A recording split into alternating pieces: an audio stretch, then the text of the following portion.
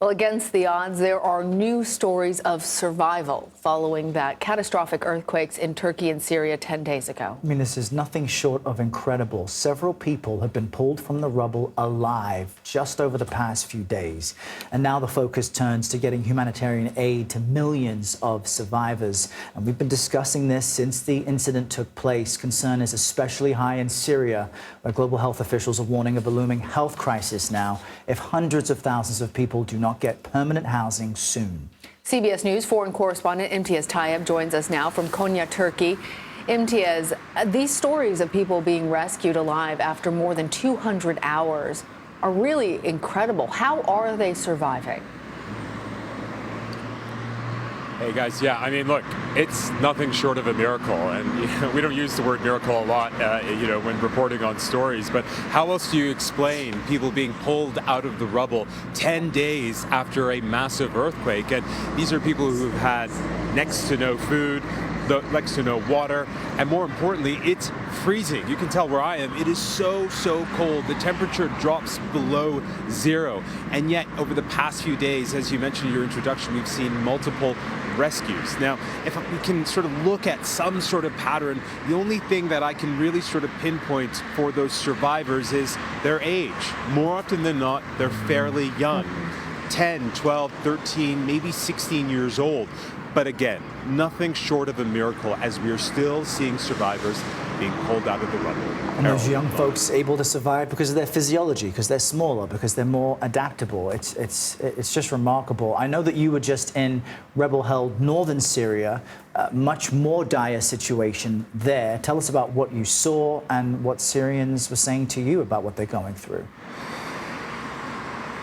Yeah, I mean, Errol, it's really hard to describe. You know, this pocket of Syria, and it really is a pocket where 4.5 million Syrians displaced by 11 years of war have been pushed into. And this civil war, which of course was, headline news for so many years and largely forgotten, but these people are still there. And before the earthquake, life was a misery. After the earthquake, it is now crisis layered upon crisis. And what we saw was a dire situation. We went to one apartment block, which was home to over 1,000 people, completely in ruins. And we were told 800 people died there. And unlike the scenes that we see here in Turkey, where you see a massive rescue effort, you see digger upon digger, you see international crews here trying to help people, trying to recover people, and really just trying to clear the debris, that is not what you see in Syria. You see people digging with their bare hands, trying to rescue people. Yes, there are one or two diggers, but very little else. The situation is dire, and the people tell us they feel they've been forgotten by the world. Errol, Lana.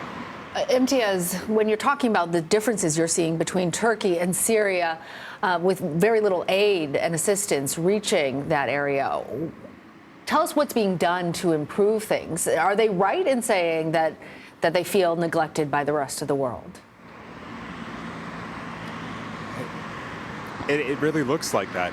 Here in Turkey, you have to point out the rescue effort, the recovery effort is not without criticism. The Turkish government is under extraordinary criticism for their handling of this and for many, many other reasons. But aid is here. International assistance is here. The people of Turkey are receiving support. And although some areas maybe not as well as others, it is coming, and one would hope it would reach people. But you cross the border in Syria and there is next to nothing.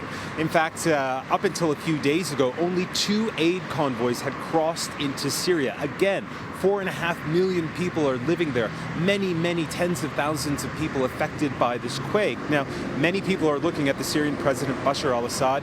Even though he does not control this specific area, this rebel-held area, he effectively controls most of the borders into Syria. And that means he controls the aid. And you have these rebels who are saying that they don't want to deal with him, but more importantly, you have international governments who have sanctioned Bashar al-Assad, a man who they say is responsible for killing hundreds of thousands of his own people.